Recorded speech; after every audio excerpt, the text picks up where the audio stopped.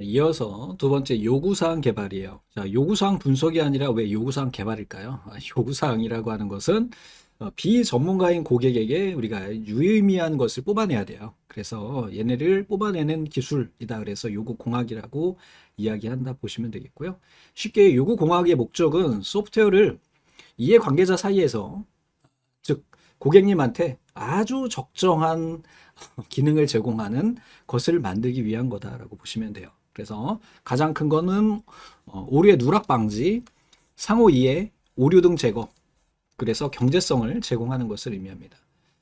요걸 통해 가지고 우리가 아주 좋은 소프트웨어를 만들 수 있다라고 보시면 되는 거고, 소프트웨어 개발의 가장 기본 단위가 된다라고 보시면 되겠습니다.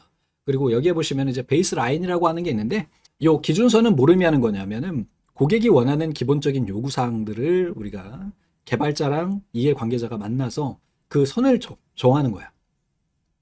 야, 성능은 이 정도 돼야 되고 이런 기능은 돼야 돼라는 것을 만들어 놓는 것을 의미한다 보시면 되겠죠. 이것이 필요한 이유는 나중에 어떤 변경 사항이 있잖아요. 그랬을 경우에 돈 더 주세요라고 하는 그런 문서가 되기 때문에 이것을 우리가 꼭 정리하고 간다라고 보시면 되겠습니다. 요구사항 분류에는 기술 내용에 따른 분류하고 기술 관점 및 대상에 따른 분류로 구성이 된다. 그래서 기술 내용에 따라서는 기능 또는 비기능 이런 것들이 되겠죠. 기능이라고 하는 건 실제 수행되는 거고, 비기능이라고 하는 거는 그 외 부수적인 것들을 의미하게 됩니다.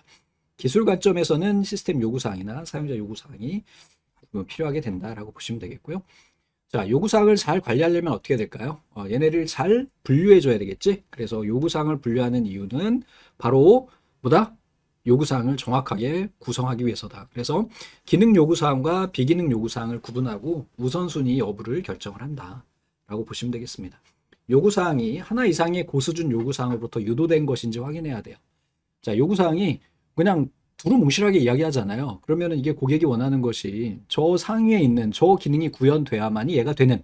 그러니까 예를 들면은 고객이 원하는 기능이 그냥 단순하게 이렇게 하면 되는 거 아니에요 라고 얘기하지만 실제로 걔가 되기 위해서는 상위에 어떤 메인이 되는 기능이 있고 거기에서 부수적으로 일어나는 경우가 있잖아요. 그러면 고객들은 잘 모르니까, 그러니까 이러한 부분들을 우리가 파악을 해줘야 된다라는 거고, 이해관계자나 다른 원천으로부터 직접 개발한 것인지 확인해야 되겠고, 요구사항이 제품에 관한 것인지 아니면 프로세스에 관한 것인지 확인하고, 요구사항이 소프트웨어에 미치는 영향 범위를 확인한다. 요구사항이 소프트웨어 생명주기 동안 변경이 발생하는지도 또 확인을 한다. 유지보수가 발생할 수 있으니까요. 자, 이 시험 문제 출제됐던 거는 기능적 요구사항이에요. 시스템이 실제로 어떻게 동작의 관점으로 보는 것을 의미하는 거고요. 비기능적인 것은 그 외에 성능, 보안, 품질, 안정성 요거 구분하는 거 기억하시기 바랍니다. 기능적인 거는 동작이고요. 비기능적인 거는 성능이나 어떤 수치적으로 볼 수 있는 이런 것들을 의미한다. 자, 요구사항 개발 프로세스가 있는데요. 이게 표준화된 모델이 있는 거죠. SWEBOK라고 하는 이러한 것이 있겠고요. 요구사항 개발 프로세스는 요구사항을 명확하게 분석하고 검증하기 위해서 만들어진 하나의 개발 프로세스다. 이렇게 보시면 되겠고요. 그 절차로 보면은 제일 먼저 요구사항을 도출해요. 그 다음에 걔네를 분석해 나가고 명세라고 하는 건 문서화하는 거고요. 그 다음에 확인하고 검증해요. 얘가 실행 가능한지를 확인해 줘야 되잖아요. 이런 것들 이 절차로 구성된다라는 거고, 이 절차가 시험 문제 출제가 됩니다. 그러니까 이거 기억하고 계셔야 되겠죠. 자, 요구사항 도출 뭔지 아시겠죠? 내가 지금 해결해야 될 문제가 무엇인지를 찾아내야 돼요. 고객이 이 말로 설명을 하는데 우리가 알 수 없는 단어를 쓸 수도 있잖아요. 그런 것들에 대해서 우리가 정확하게 분석하고 파악해줘야 된다. 라고 기억하시면 되겠고요. 자, 요구사항 도출 기법에는 어떤 것들이 있냐? 고객이 발표하거나 문서조사, 설문, 업무 절차 및 양식조사, 또 브레인스토밍, 워크숍, 인터뷰, 관찰, 모델 프로토타이핑, 유즈 케이스, 벤치마킹, 업무 재설계, 제안 요청서 이런 걸 통해 가지고 다양하게 우리가 고객의 요구사항이 이 업무가 정확하게 이 사람이 말하는 것과 같이 흐르는지를 파악할 필요가 있겠죠. 됐죠? 그리고 얘네를 요구사항을 분석하게 되는 겁니다. 이제 얘네가 이제 시험 문제 많이 출제가 돼요. 자, 요구사항 분석은 이렇게 모아진 도출된 요구사항을 가지고 얘네가 서로 어떻게 상호작용하는지를 파악해야 돼요. 그러니까 A라고 하는 기능과 B라고 하는 기능이 서로 우리가 아는 선에서 어떻게 연결되고 어떻게 이어지는지를 꼭 기억해야 되겠고, 걔네를 꼭 어떻게 한다? 문서화를 정의한다.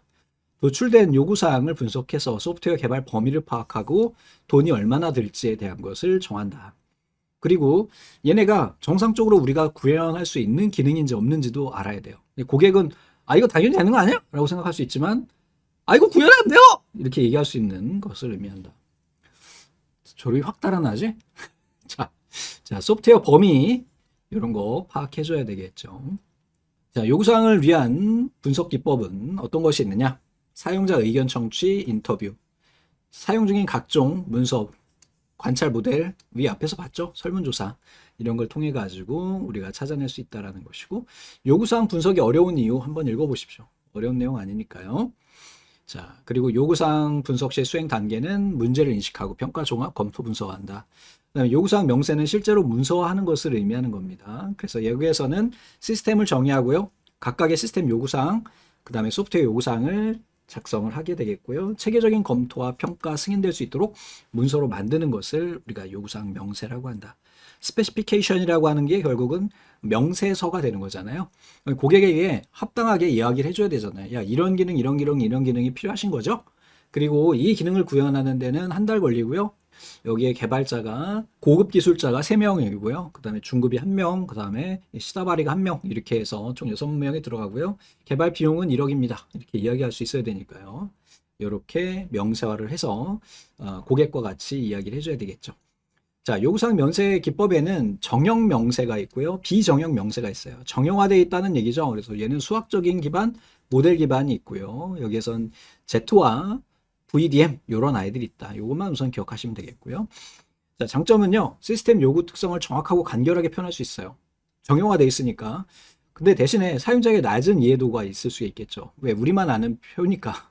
그지? 이해관계자 부담이 가중되고요. 비정형은 건요.